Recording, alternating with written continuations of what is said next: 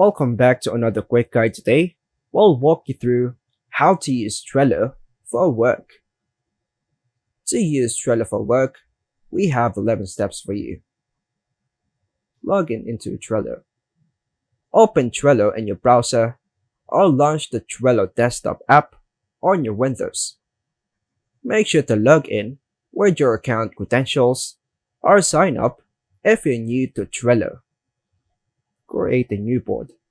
Start by clicking Create from the home page. Then choose to click on Create Board. Name your board based on your project or team, for example, marketing plan or team tasks.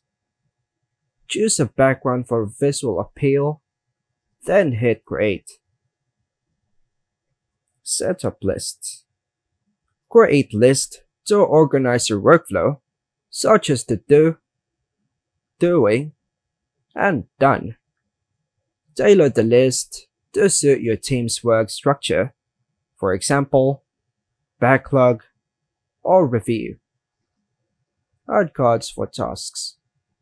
Add cards on the lists for specific tasks or projects. Start by clicking Add a card.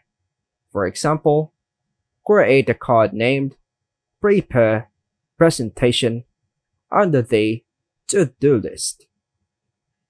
Add members to cards. Assign tasks by adding team members to specific cards. Open a card, click Members, and choose the team member to assign the tasks. Add task details to cards. Open a card and include key details like descriptions, add clear instruction or notes, due dates, assign deadlines to ensure timely completion, checklists, break tasks into smaller steps for easy tracking, attachments, upload files, images, or documents related to the tasks. Use labels for categorization. Go to Labels, then add labels to cards for easier categorization. For example, high priority or low priority. Customize the label colors and titles to match your team's workflow. Integrate power-ups.